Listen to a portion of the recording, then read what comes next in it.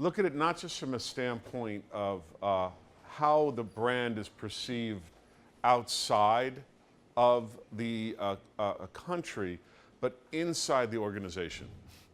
I have to give management here amazing credit for understanding some of the challenges that were happening in the marketplace as the world was evolving. And we really worked hard as a team to create a new brand for Miratech. Our strategies really revolve around some of the stories you heard already today. We have partners. The organization is embedded in various technologies, in various other organizations, and in our sales partner network. And that strategy has really been an important part of what we looked at and how to develop our own brand moving forward. So we're going to talk a little bit about how that happened and give you a sense of where we're headed. I think the most important thing for the partners in the room is that we now do have a strong set of tools to co-market together to serve everyone's needs at a much higher level than we ever have, and I'll go through that. So this whole message really starts with this idea of being market-driven. Very often we walk into an organization, especially an organization where it's technocratic. The culture itself is a technocratic culture, looking inwardly, not outwardly. What do we do, not what do our customers need? And that is the huge shift that has happened culturally inside this organization, and as well as now our external communications moving forward. This really, says it in an interesting way. You're going to see products that we have developed for our customers. We don't expect people to basically find our products, right? It's a very different approach to how you go to market and how you think about things. Simplicity is a whole nother part of marketing, right? We're all bombarded by 5,000 to 6,000 advertising or marketing messages a day, every person. If we look around this room, from the shoes to the bottles to everything that you drive through the streets, it's about 5,000 brands a day hit your eye. So you have to be simple in how you approach the marketplace. So the bottom line is this. Miratech sells and delivers success. It's a very simple idea, right? People may have different technical requirements. They may have different specific projects that they need help with. But the bottom line is they just want a successful implementation. There's nothing more basic than that. And the pain caused by not having that success is really the challenge that's being addressed. So today, we're looking at how do we organize and coordinate that heritage of success that's occurred over the last 28 years. So we are unequivocally moving to be a global solutions provider instead of just an outsourcing company.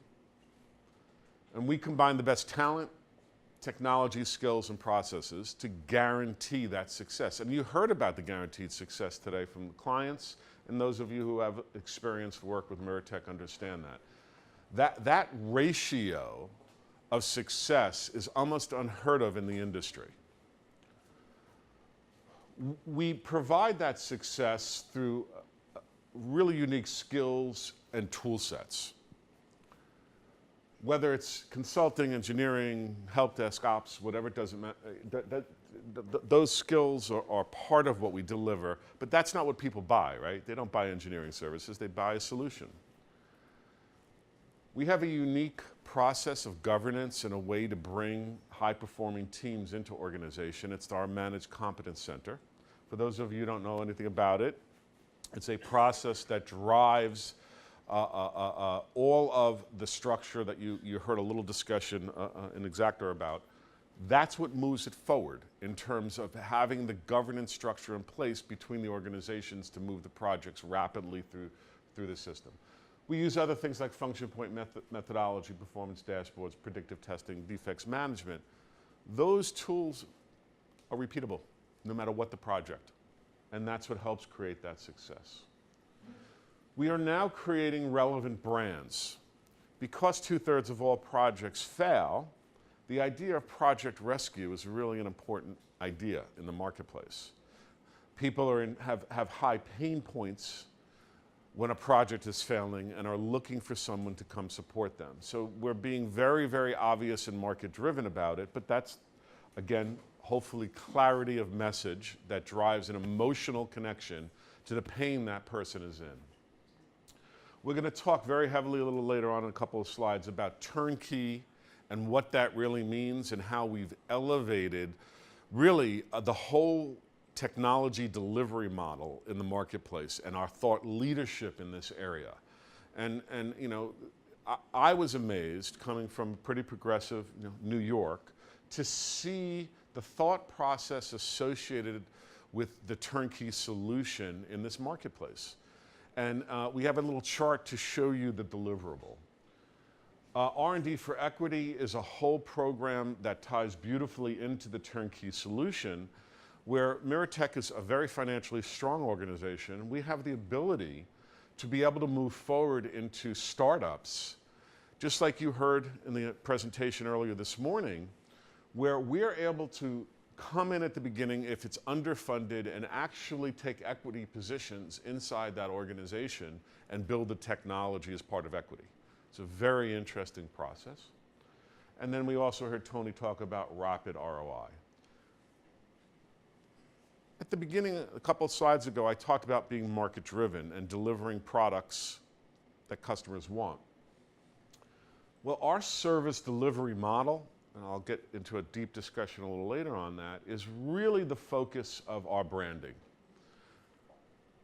The ability to take the idea that people want services at different levels, but still deliver a guaranteed success point, is our unique service delivery model. So you talk about marketing. Leo Burnett is one of the original, you could say, kind of fathers of modern advertising. And this is a statement that, comes out. You could see he's smoking a cigarette in a picture, which you'd never see today in marketing, right? This is back in the 1950s. And it's really, you have to communicate simply. And I think that what we've been able to do is communicate our value here pretty simply, right? It's a very simple message. Shit fails, ours doesn't, we're gonna help you succeed. It's really basic. The idea of relentless performance came out of months and months of work, and I want everyone to know that. It wasn't a simple process to come up with those two words. The technocratic culture of Miratech, the way they process information, the details associated with getting things done is relentless. We went through a list of adjectives to have them describe the values of the organization to come up with the right wording. And they were all about this idea, we never give up. We're gonna solve this problem and we're gonna make it right. And I think that, again, you continually to hear that. So the heart of the organization is based in those two words. And I think that's another important part of the positioning. So what's our go-to-market strategy moving forward? Basically, right now, there's not a very high awareness level of Miratech. The people in this room know who Miratech is. Are we a Deloitte or an Accenture? No, but in a way, we're behaving at the same level in many instances in helping develop those strategies and actually not just delivering a document or a solution, but partnering to be part of the business and partnering to be part of that long-term solution. It's actually even a more elevated business model. So we need to build awareness in Europe and Asia before we can do anything, right? If you don't know who we are, I can't tell you about relentless performance. It's the basics of marketing. I'll give you some other stats about marketing. Back about 1980, the statistic was you needed to have 3 impressions, meaning that you had to see a message 3 times before you became aware of it. Today, you have to see it over 15 because of the amount of clutter in the marketplace. So that's the way human behavior works. That process means we have a little harder job to do, but we're really focusing on 4 key channels here. We're going to be expanding our footprint in our existing relationships. So we talk about Genesis, and we started out with a project in one region, and we're moving it to another region, right? So we're expanding our footprint in some of our existing clients. Our partners here, as I said, we are now going to ask our key partners in the room to provide us with 10 key clients that they want to target this year. And together, we will target them together and we will market together. We have a new technology. Does anyone know what lead nurturing or account-based marketing is? Anyone know what that means? Lead nurturing, account-based marketing. Okay. So we were talking about artificial intelligence before. We were talking about those types of technologies. We have invested in a system that actually allows us now to track every behavior of any of our targets when it comes to our social media, when it comes to our website, when it comes to our emails, etc. So we now know how engaged prospects are, and we score that. And when they become, let's use the number of 100 or whatever we score it to, we pass that lead back to our partner to say, somebody's interested finally, they know enough about us, we know they're aware of us, etc. So we do that on an individual level through lead nurturing, and account-based marketing says decisions are not made in an organization where one person makes the decision. So with our partners and ourselves, we'll pick the 5 or 7 key decision makers inside that organization, target them together as an account, and market to them individually. As an example, we're going to shoot a video of Genesis later on. We will market that video only to other Genesis decision makers in professional services through LinkedIn and email. And they will only see one-to-one marketing that way, and I'll talk a little bit about that later. So that's really important on what we can do to help any partner here target customers. Ourselves, we're engaging, first identifying and then engaging 500 top prospects we want. And the goal will be by 2020 to get those prospects or close our fair share of them. And then we have now purchased an install base of about 5,000 contacts for Genesis, and that's another target audience for our organization. So before I talked about what's unique about our organization and what's unique about the value we deliver. This is a kind of a standard model that has been used for academics in terms of decision making on what to do with technology. So, you know, when do you, I thought I pressed it, oh, here we go. When do you outsource or automate? When do you, use processes? What do you do? So the old model in here used to be anything in the 4th quadrant was in-house. The risks were too high, it was too strategically important, the complexity was too complex, and you had to keep it in-house. We heard today in our earlier presentation that that's not true anymore. Right? So we have created this value innovation in our structure to go to market today that's very different than most other organizations. We now have the ability to deliver the highly complex process of great strategic importance to that organization. There are not many other companies in the world that can do this. This is a real unique point of differentiation. We create aligned and shared interests and risks. You heard the contract today is being based on performance-based compensation. The organization wins, we win. We're willing to risk what we do with our partners. And what we're going to show is even if it's not a solution that's totally turnkey, and maybe it's just staff augmentation or what we call team extension, we can still deliver a guaranteed result even at a team extension level because of this expertise. So it flows down that value chain. Any questions on this idea here? Because this is kind of the heart of really what makes Meritech unique. I think the 4th quadrant, your challenge is to find the believers in that. I agree. That's the challenge. You can't aim that at everybody. Just like we exact this morning, they are the believers in that, and you have no trouble. Absolutely. So you have got to find the believers, and that's where your target marketing comes in. Absolutely correct. And part of that is the reason R&D for equity exists, right? Because here you have some people in need that may not have the capital where we can get in at the beginning and show our stuff like you heard. Right. And that's part of the strategy. But we all run into organizations, our partners, that are in some instances in this case where they are willing to give it up. And I think that this will change over time. And we're going to show you how we're going to change it. And that's part of our strategy and our marketing strategy, okay? But excellent point. So that's service differentiation about that fourth quadrant, or what we call value innovation, where we support the highly strategic, highly complex corporate IT and R&D initiatives. We are able to drive that down to the simplest service level. Not many organizations can do that as well. That's where the culture really works for technocratic cultures, right? And we deliver exceptional results regardless of the engagement level.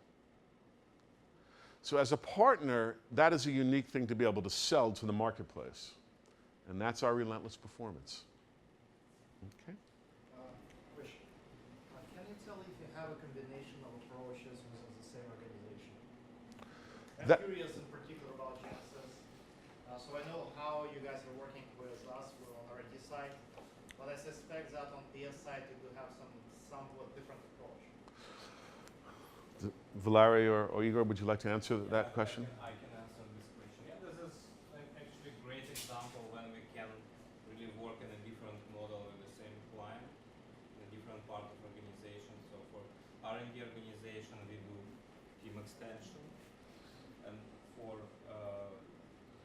customer care, it's like kind of also team extension, but with some SLA parameters which we measure performance. And for professional services organization, it's a different kind of engagements. It can be team extension, it can be fixed scope project.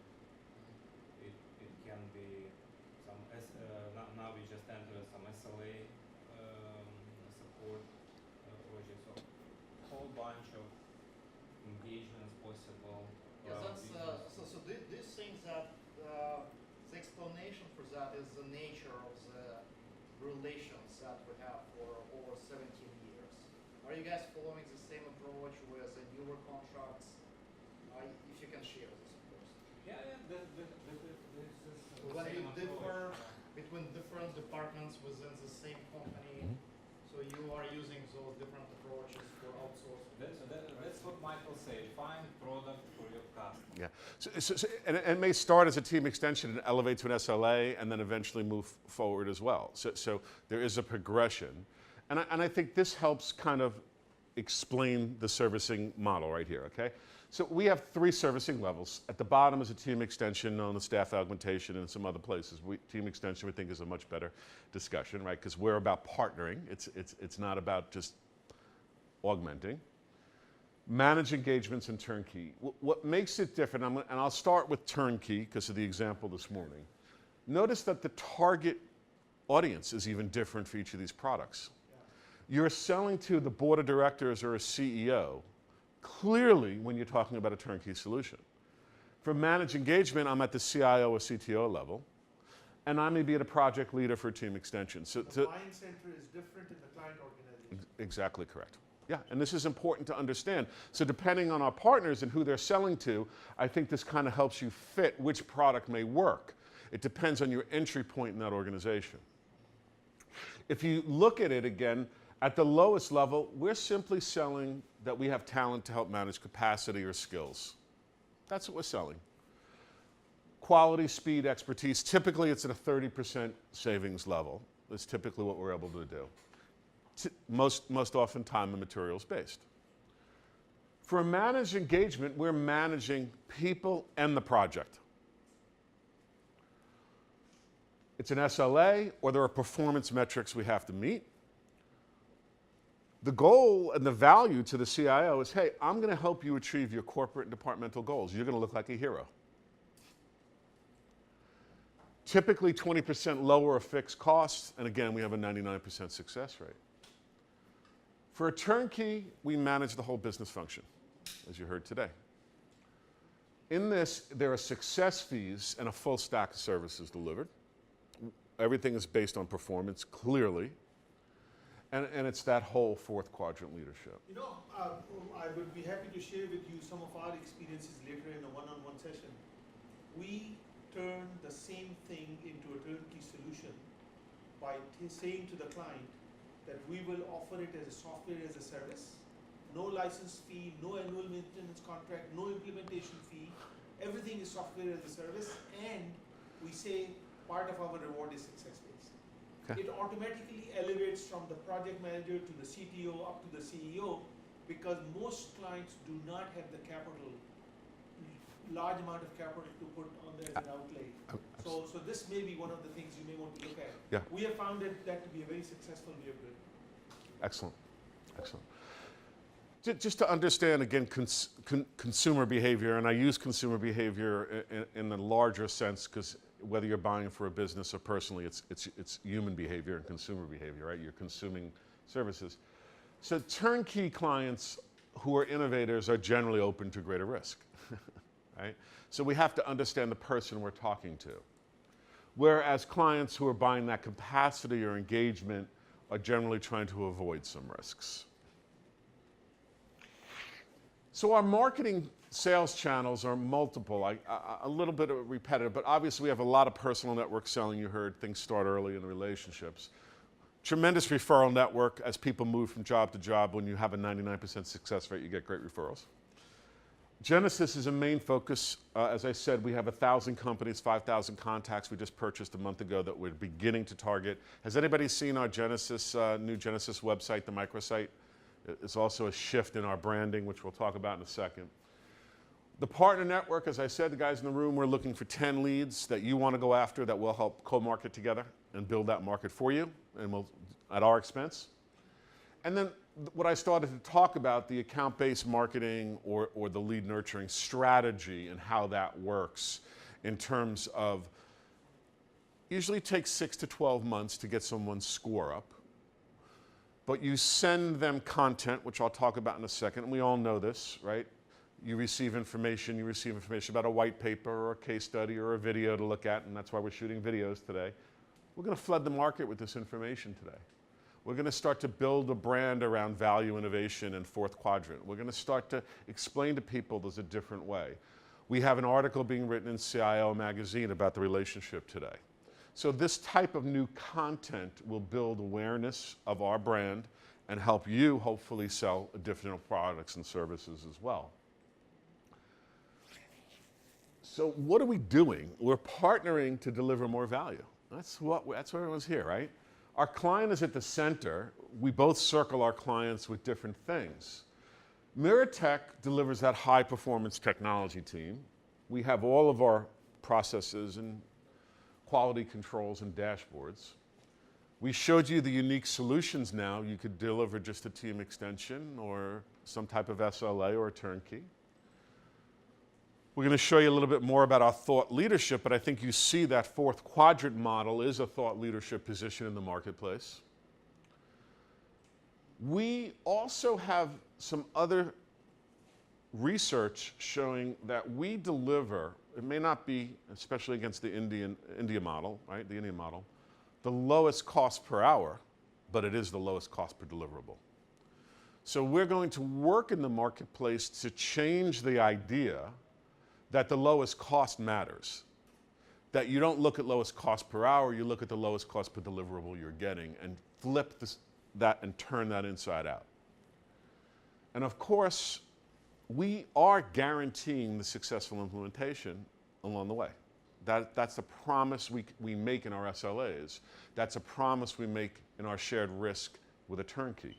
You may want to actually just change 2 words. Instead of talking about lowest cost per deliverable, you probably want to become a company with the highest value per deliverable.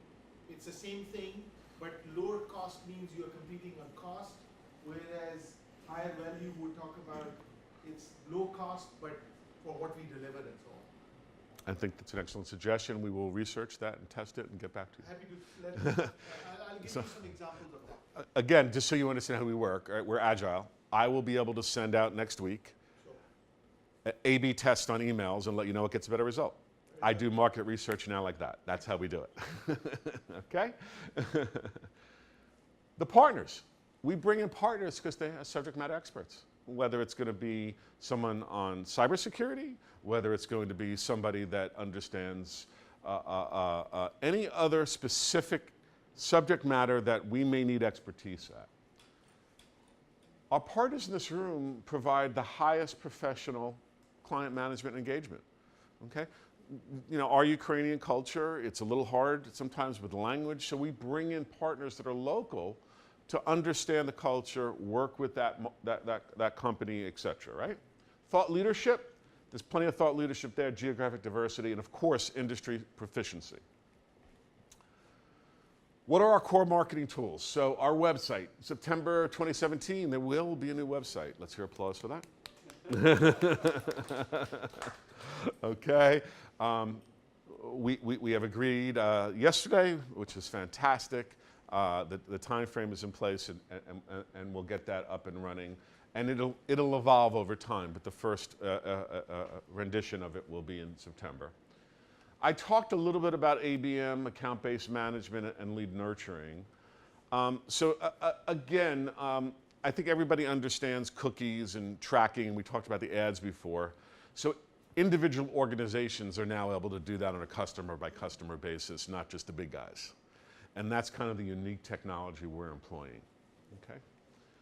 Obviously, digital media, just to give you a sense of things like programmatic advertising today. So we can go out and target individual people on LinkedIn today. I'm just going to give you a sense, right? So if I know a partner wants to reach an organization and there are 7 or 10 contacts in that organization, we can run individual ads one-to-one to those people in LinkedIn. Delivering a story. So if I want to reach, as I said, I'll use the example before, someone from Genesis, we're going to send them a message from a coworker in Genesis about us to tell our story. I don't have to tell it. It's a very interesting strategy, and that's what we'll be moving forward with. The thought leadership content I'm going to go over in a little second to really help you understand the depth with which we're creating that, and we're creating it with partners too. So every one of our partners have interesting strategies, ways to elevate the way they're bringing value to the marketplace. We want to work with our partners on bringing that in. So please feel free to email me anytime about any idea that you have that we can bring in for thought leadership. And last is this idea of social or influencer amplification. The idea of just sending ads out doesn't work anymore. We need everybody to share our ideas. We need people here to take our stories and pass them along to their own networks and show how things can be different and work in the marketplace. So just like today, we have M417. If you haven't, please make sure that you tweet. Please make sure you talk about it. Tell other people about what's going on here, because it is unique.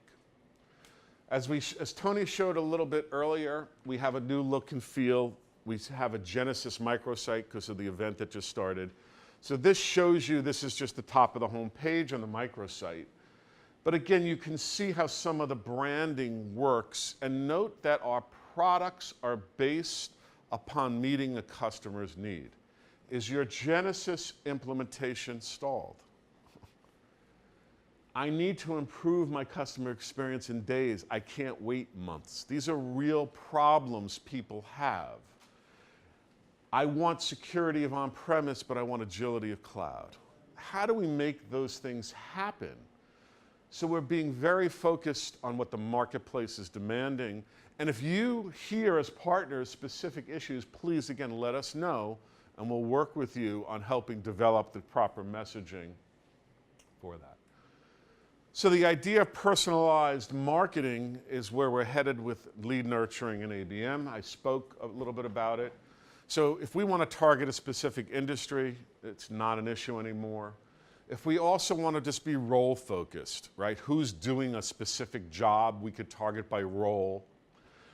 We can now provide dynamic content. The system that we invested in, believe it or not, if you come to, and this will be about a year from now, but when you come to the website, if you're the CIO, you'll see a different message on the same page that the CEO sees or a project manager sees. You actually can change the message depending on who's visiting that page. It's pretty interesting stuff.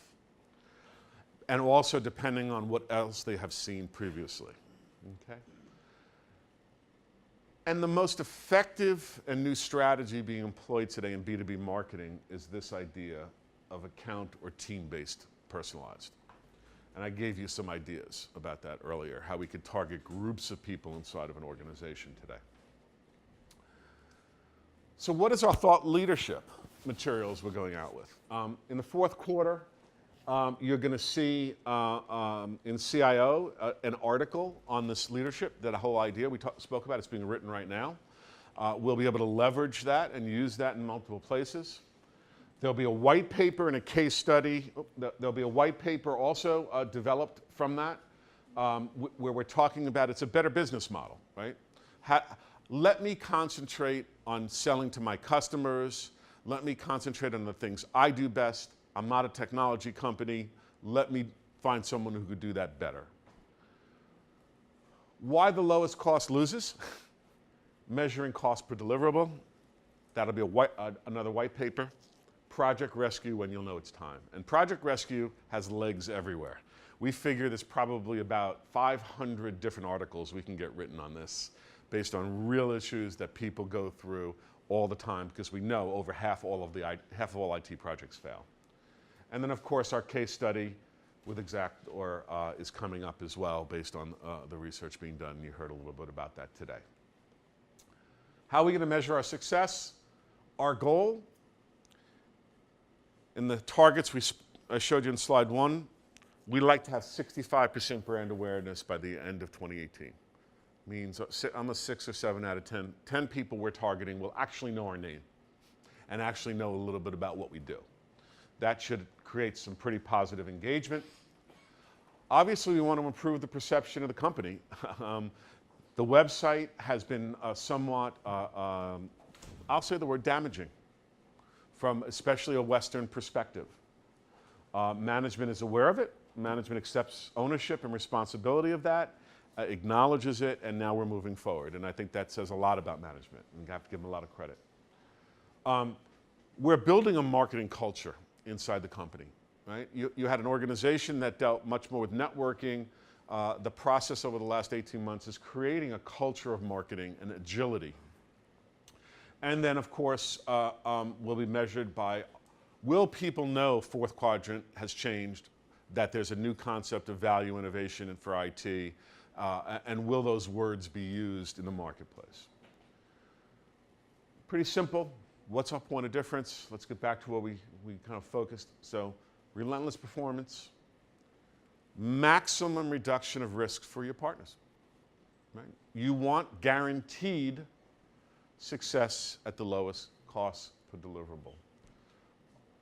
Our elevator speech, we develop high-performing technology teams whose relentless performance ensures success for emerging and global leaders. That's what we do. One of my favorite people. If you can't explain it simply, you don't understand it well enough. So I hope I've given you guys a simple way to understand our brand and what we're doing. And it really is, we sell and deliver success for each of you, to your clients, etc. Any questions? Very good. Thank you. Appreciate it. No questions? I'm sorry you missed part of it. I think we're afraid if we ask a question that we didn't think, then we will be violating that last slide. No, ask. Go ahead. What do you have? Oh, okay. Yeah, I mean, again, the simplicity of message is, it's hard to do it, right? Almost what we said before, I'd write a shorter, there's like a quote, I'd write a shorter note if you gave me more time. right? That concept of to actually confine that message with clarity. And I think, it's taken us 18 months to get here. For those of you who saw me in New York, that was my first week. It was a little challenging. And it's been a long process to get here. But I think that we really have gotten to the point where we have a brand, we have product differentiation, we have a team here that understands where to move it, we have an amazing partner network, and we have a performance metric that nobody can touch. It is truly world leading, 99% success rate of delivering technology. Nobody else can say that. Yeah. Again, thank you all very much. Oh, Scott, please. Oh, okay. And again, I apologize. We can go back to the beginning if you want. No. May I, if you send it to me, I'd like it, but I just, from a U.S. market perspective, and I apologize if you've covered this, if you're selling outsourcing, and I realize you're not selling, Neurotech is not selling outsourcing, but how do you blunt or mitigate with the current U.S. administration, the nativistic impulses with regard to sending business outside the country? It's a great question. So we made a decision, in fact, in the last 10 days, that our headquarters is going to be moving to New York. As opposed to Kiev? I mean, operations will still be here. The global brand will be positioned out of New York moving forward. Okay. The messaging around Ukraine will be negligible, if anything, on any materials moving forward, because we've lost opportunity. This is the way the world. This is the world we live in. It's not for better or for worse. It's a realistic directive. Yeah, thank you. And I give management a ton of credit. It's taken us a year to get here, but I really have to give management credit, and that's a hard thing to face. This is a beautiful country. The people are great. I can't, it bothers me to see that this is a reality, but it's a reality. And this is what you have. You have to react sometimes to outside forces, and I think that they've done a good job at least reacting. So these are decisions that were made in the last 10 days. However, I'm going to say, yeah, I want to make sure I answered your question. okay. However, having said that, and I realize that, and it could be perceived as being, I'm delicate here, cosmetic, I'm going to answer that further. It will not be. There will be additional resources put on in South America. We already have Poland and other